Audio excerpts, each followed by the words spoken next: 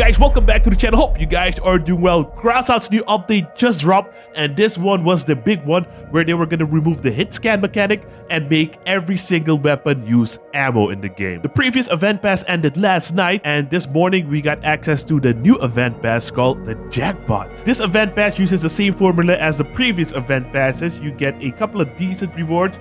This one is focused on the Sleipnir tracks, the Hugin cabin, and the final reward is a Pegasus engine. So you get 2 Sleipnirs, 2 Hugins, a Pegasus engine, and usually by the end you have enough resources, well not resources, you got enough items to craft a second Pegasus, and the final reward is of course a Scout's container, which you should always sell.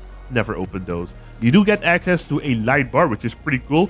I wish this was a little bit more of a unique item because this thing was really rare back in the day, but now they already brought it back twice. Let's see here. You get some decor item, nothing special. You do get a new duck decor item as well. This one is a rain duck. This duck reminds me of that one superhero movie, well not really superhero, by M. Night Shyamalan.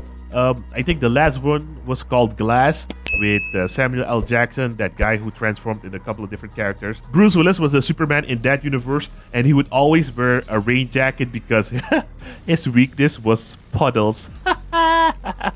He could not stand the rain. That's a shitty weakness to have. Anyways, that is the event pass, and of course you also got a crafting table for the event pass. You got the Pegasus engine over here. These are the requirements. This is a non-upgraded Pegasus engine. You got the Sleipnir tracks as well, the Hugin cabin.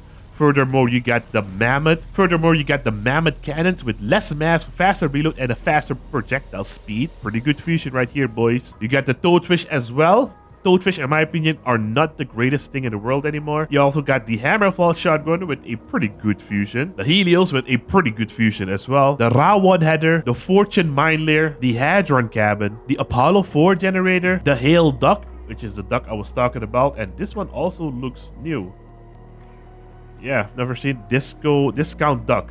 Oh, this is the one you get from one of the upcoming Brawls. I'll talk about that later, but this is what it looks like. Furthermore, you got the Fat Man cannon with a pretty good fusion as well. The Phoenix crossbows. The Nest. Do not get the Nest. The Nests are garbage. Although, I would have to try them out with the Step Spider cabin because the Step Spider cabin and the Dust cabin now work with all rocket launchers. We'll have to experiment with that a bit, but from what I tested last time, these are pretty bad. You also got the Blockchains with a pretty awesome fusion. You got the Thunderbolt shotguns. You got the Corvos, but the Corvos I need to check out. The thing that was amazing about the Corvos was it was an amazing weapon stripper because it was hit scan. Now that they remove hit scan, I'm not sure if this is still gonna be that viable. You also got the Incinerator. I see a lot less Incinerator players these days, but these are actually still pretty awesome. You also got the Humpback cabin with a pretty good fusion, although if you really want to get some extra durability, if you build a brick with an upgraded Humpback for more durability instead of less mass, you get a whole chunk of extra durability, which is pretty nice. You also got the Hummingbirds in this list, and the last item is a Bootstrap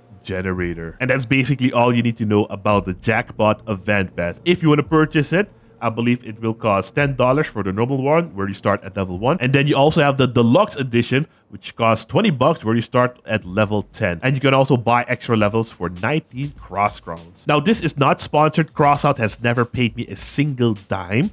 But for those who are interested, getting premium is actually very helpful. And usually during Christmas times, the 1 year premium is 60% off, and usually most people that I know get this because it gives you a ton of extra resources. You get 40 coins daily just by doing a very simple mission, and you get 50% more resources from every game mode, even Clan Wars. So instead of earning 1 uranium, you usually get 2 if you, of course, are in the right league. And it also increases your weekly resource cap by 50%. They also gave us a list of their planned brawls for the next month. The first brawl is gonna be Legends of the Exhibition Brawl, which is gonna be a free-for-all with pre-built vehicles. I really miss the free-for-all event in Crossout. What I would love to see is now we have the next step PvP mode, we have the classic PvP mode, and a free-for-all PvP mode would actually be a lot of fun as well. Depending on how it goes, I think they need to do a poll to see if people want to see helicopters in that game mode or not. I personally think it would be a bad idea,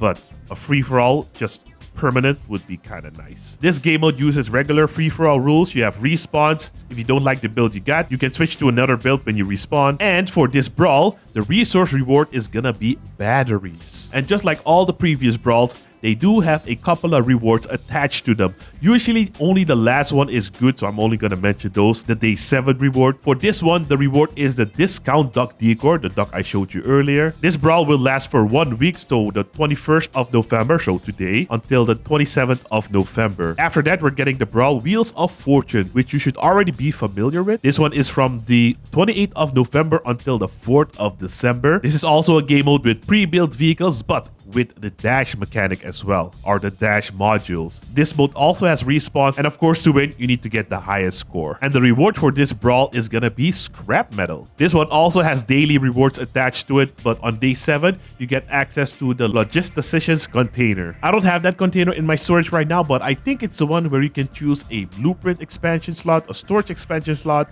and a couple of other items. After the Wheels of Fortune, we get access to another brawl, Ice and Fire. The reward for this brawl will be plastic, which is pretty good. I'm happy that they acknowledge that giving the same resource reward for all the brawls is kind of a bad move, so I'm happy that there is a little bit of variation. This one is gonna be a team PvP match, where one team's armored cars are equipped with cannons and flame weapons, and the other team will be equipped with cryogenic weapons. This brawl is probably gonna be held on modified maps, because there's also gonna be item pickups like more damage, invulnerability, and ammo pickups. And the goal for this game mode is to fill the score bar before the opposing team does, or score more points before the timer runs out. This brawl also comes with daily rewards, and on day 7, you get access to a trophy CK crate. The Ice and Fire brawl will be from the 5th of December until the 11th of December. After that, we're getting Operation Raijin from the 12th of December until the 18th of December. This is very similar to Operation Red Light and the other one with Lloyd, where you need to drive from point A to point B, avoiding enemies and booby traps. It doesn't say it here, but usually your build cannot be higher than 10,000 power score, so you can basically build whatever you want, which you think is going to be the most effective. This game mode also comes with daily rewards, and for the final day, you get another Logistician's container. Alright, moving on to the previously mentioned plant balance changes, which they already implemented in this update. I've checked through the list and nothing seems different, except for a few small things which I will take a look at. Looking at the shotguns, for example, they're all getting a penetration ability. To me, that is a slight buff for all the shotguns, especially the parser with 100% penetration ability. The Raijin is still getting nerfed, as they previously mentioned, so everybody's gonna have to rebuild their Raijin builds. The Phoenix crossbow is getting 100% penetration ability, and because of that, they're reducing the blast radius by 29%. I think they're scared that it's gonna be like, it's gonna penetrate like inside of the build and blow up a whole bunch of stuff, so I do want to try out the Phoenix now. I'll have to retest the Swarm and the Slaughterer because both were pretty garbage, and I'm happy they're finally buffing it at like, what, 27 days left for the Battle Pass. That's actually kind of embarrassing. One of the changes that looks new to me is that the Typhoon is getting an increased upward aiming angle, so let's check that out. All right. Oh, look at that. That's actually pretty high.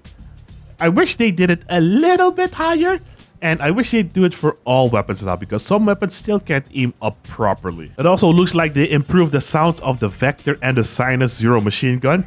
Yeah, I never really liked the sound, so let's check it out.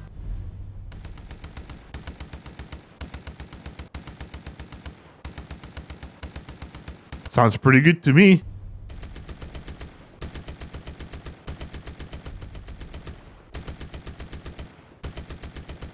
Looks like the Vector and the Sinus have the same firing sound now, and in my opinion, it sounds a lot better. They also made some improvements to the overall quality of the sound of the game, which is pretty good. It's usually one of the things that doesn't get a lot of attention in Crossout. A lot of sounds need some rework and some tweaks. They updated bullet flight effects from machine guns and shotguns. Since they removed the hit scan mechanic, they had to add some kind of tracers so you can easily see what you're shooting at, so that's pretty good. They also added unique patches for helping a developer in combat or destroying them.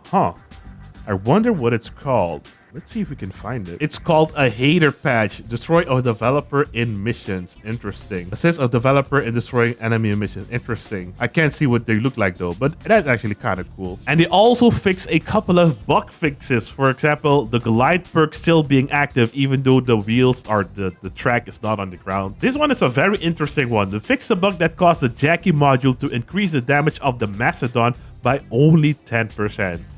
You were basically playing a NERF Jackie when you were using that combo. And this one's also kind of crazy. Fix a bug that caused the Mutant perk and the R-Type 52 bonuses to not affect the Phantom drone.